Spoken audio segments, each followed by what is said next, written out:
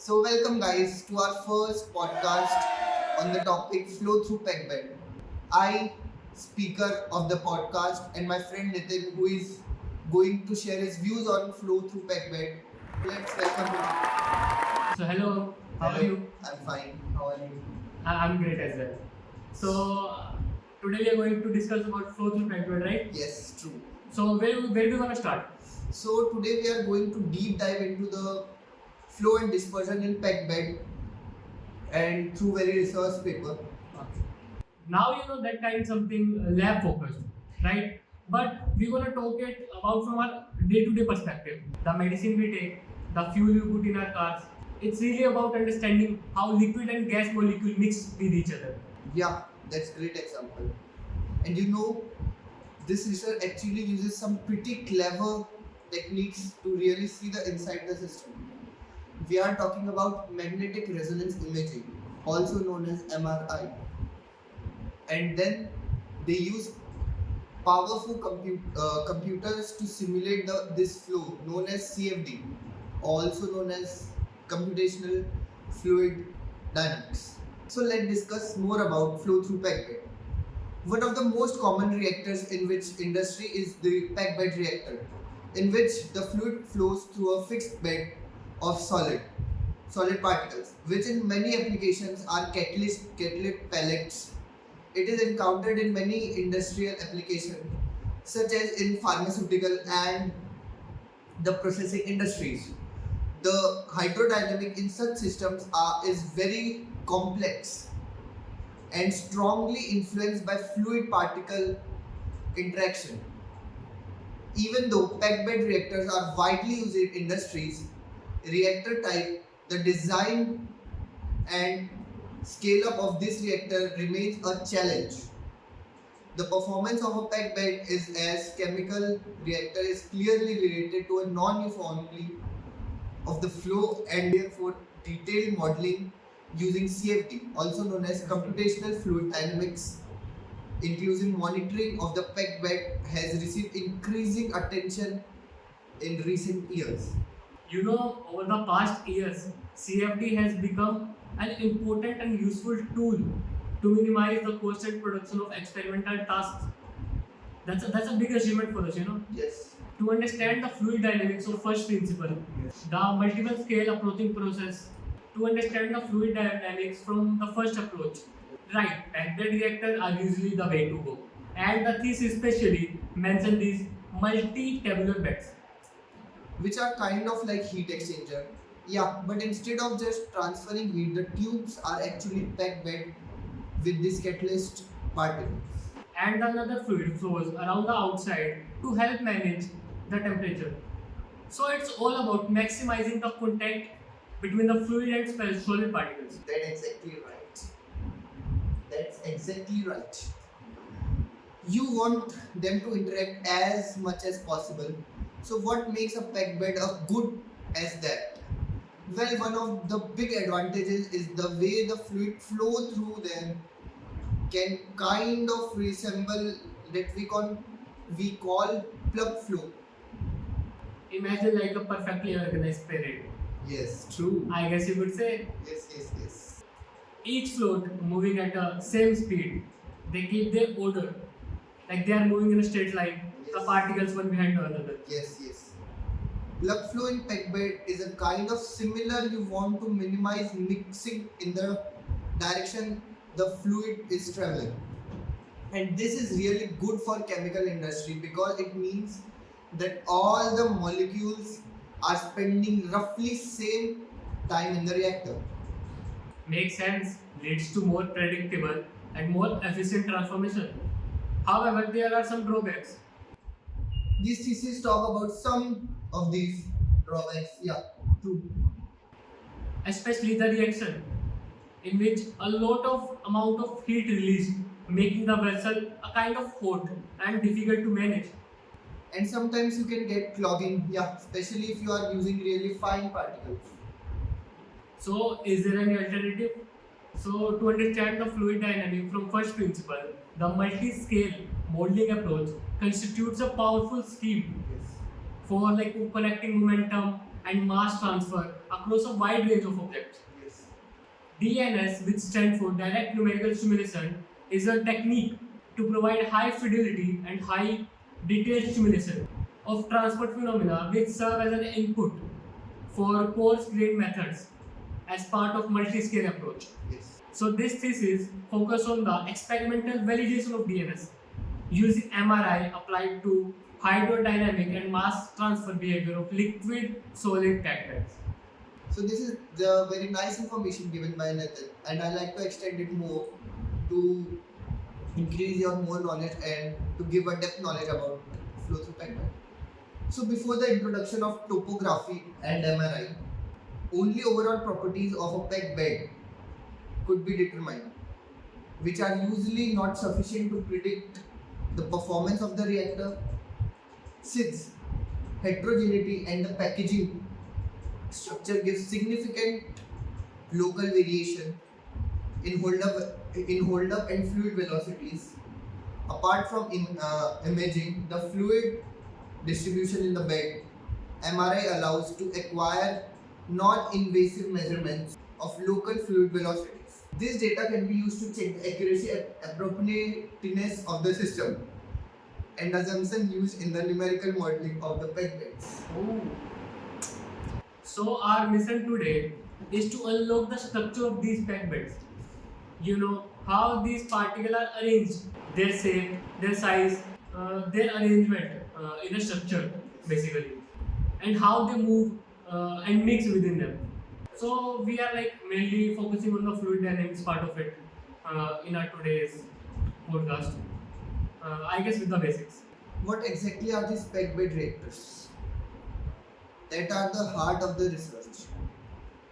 Okay, so packbed reactors, these are kind of like the workhouse of the chemical industry. I guess you could say whenever you need really close contact between like a liquid or a solid or a gas and a solid. So Nitin, as we have described earlier in our discussion, so I would like to ask a simple question. What's the purpose of using packbed? So there are multiple purposes of using packbed. Yes. Number one is it enhances the contact between the fluid and solid. Number third is catalytic reaction in chemical reactor. Another one is filtration of liquid and gases. So these are generally used to maximize the efficiency of packbed tank. Yes. Here it's generally used in chemical industry. So, what is porosity in a packbed and how it is calculated? So porosity is a fraction of total bed volume that is occupied by void or empty spaces. Generally, its formula is epsilon. Generally, we can represent it by epsilon, which is equal to V void upon V total. Yes. V void is the volume of void or the spaces that are present in the packbed. Yes, sorry. V total is the total volume of the packbed. Yes. And typically porosity ranges from 0.35 to 0.5 depending on the shape and arrangement of particles. Nice. So another question I would like you is, what is superficial velocity in a packbed? So superficial velocity is a flow velocity calculated assuming the liquid flows through the entire cross-section area of the column, ignoring the pressure of solid particles. For example, the liquid is flowing through a container, so at which velocity it is flowing, we will call it as a superficial velocity. Okay. We will represent it with a V, which is equal to Q by A, where Q is the volumetric flow rate of fluid and A is the cross-sectional area of the bed. So there are many things we have discussed now which influence the efficiency and effectiveness of packbed, like porosity and superficial velocity. So there is another equation known as Ergun equation. Can you describe it? Yeah. So Ergun equation is a semi-empirical formula which we use to calculate the pressure drop across a packbed. So like what is the pressure dropping in a packbed? So basically Ergun equation is used to determine the value of it. Okay. It is valid for both laminar and turbulent flow. So this is the formula of the Argon equation, where delta P is the pressure drop, L is the bed length, mu is the fluid dynamic viscosity, V is superficial velocity, rho is fluid density, dP is the diameter of packing particles, and epsilon is the porosity of the bed. which we have discussed earlier. The first term represent viscous losses and the second term represent inertial losses. The next big question arises is, what are the assumptions in the analysis of flow through peg bed? So there are several assumptions we will take in our flow through packed bed. Yes. Number one is steady state one dimensional flow. Yes. Another one is incompressible fluid, uniform particle size and shape, random uniform packing, negligible wall effect in large diameter columns, no slip boundary condition, and the last one is isothermal condition if temperature effects are ignored. So these assumptions are taken as described by Nitin to ease the calculation and to solve it more analytically rather than using CFDs and other complex computational calculations. So in chemical industry we use largely the use of Reynolds number, which is very fascinating number as it's a dimensionless quantity which describes the flow of fluid. But what's the role of Reynolds number in case of flow through packed bed is described by Nitin. Okay, generally in packed bed, the Reynolds number is modified to account the porosity and particle diameter. It's generally represented by Re, Yes. and we will give a suffix P for packed bed. So it is Rep, which is equal to rho V dP upon mu 1 minus epsilon. Generally, this Reynolds number helps determine the flow result. So as we see, Reynolds number is used in various calculation in chemical industries like packed bed, plug flow reactor, flow through pipe. So it plays a very crucial role in chemical engineering as well as chemical equipments designed by chemical engineers. So I would like to raise a question about what is Reynolds number in context of packed bed. Okay, so in packed bed, the Reynolds number is modified to account the porosity and particle diameter. Yes. Generally, we represent Reynolds number by Re, and we have given suffix for P for packed bed. Okay. So the formula of Reynolds number for packed bed is Rep, which is equal to rho V dP upon mu 1 minus epsilon, where rho is the density, V is the viscosity, dP is the diameter of the particle. The Reynolds number helps us to determine the different type of flow. For example, laminar flow, translational flow, turbulent flow. We get to know about this flow by the value of Reynolds number. If the value of Reynolds number is less than 10, we have laminar flow. Yes. If the value of Reynolds number is in between 10 to 1000, it's translational flow. If the value of Reynolds number is greater than 1000, it is turbulent flow. Very nice. So as described by Nitin, it will describe how and why Reynolds number is important in chemical industry as well as in packed bed. So I would like to ask another question. What factor influence the pressure drop in a packed bed? Okay, so there are multiple factors which influence the pressure drop in a packed bed. So we will point out each and every one by one. Number one is particle size. Smaller particle size increase surface area but lead to higher pressure difference. Okay. So the more smaller the particle size is, the higher the pressure drop is. Okay. Very nice. Another one is fluid velocity. Higher fluid velocity increase both viscosity and initial pressure losses. Another one is bed porosity. Lower bed porosity increases resistance to flow. Higher bed porosity decreases the resistance to flow. Okay. Another one is fluid properties, as there are multiple fluid Density. properties, for example, higher viscosity or density leads to greater pressure drop. And one more we can say is bed length, the length of the bed, if which is directly proportional to the pressure drop. The more the length, the more the pressure goes. Yes, true. It's Yeah. directly proportional to pressure. So these are the some factors which influence the pressure drop in a fluid cycle. So while I was like covering this topic, there was like one question in my mind: what is channeling related to, like how does it affect the packed bed reactor? Like the channeling term, what is it? Very nice question.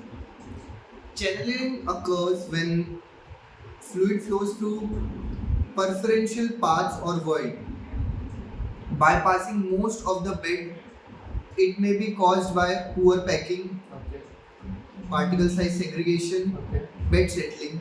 Channeling in layman language, we use packed bed is filled with like solid material, so there is not a clear single path which a fluid takes while going forward. So it takes paths of void and described in porosity, which increases surface area, which helps in better contacting. Yeah. So that's why proper channeling and void space is needed. So to decrease. Generally, we can say voids are like the empty spaces Yes, yes, in the yes, packed yes. bed. Yeah. More the void, more will be the channeling. Next, I want to highlight some important application of packed bed reactor. Can you highlight some? So there are many use of packed bed reactors in chemical industry. Yeah. First one is catalytic reactor. Fixed bed reactor is crucially used in petroleum industry, petroleum refinery, like catalytic cracking. In catalytic cracking, as we have studied in chemical technology, the bed is consist of catalyst which segregate the crude oil into different materials, different sizes, and helps to refining processes. Another good example of packed bed is gas absorption, used to remove pollutants from using scrubbers. This we have studied in environmental engineering class. Yeah. By Lamole sir. Yes, you were there in my group. Absorption in another best use case of packed bed is absorption columns. Absorption columns are used in water purification, gas drying, and the catalyst used there is silica gel or activated carbon. These are the best absorbent in the chemical industries till now. Another is ion exchange. This is used for water softening using resins. Yeah. Another is packed bed are also used in bioreactors, and bioreactors are generally used in water treatment plants. And the last but not the least, it's used in filtration processes for physical removal of solid particles from fluids. Okay.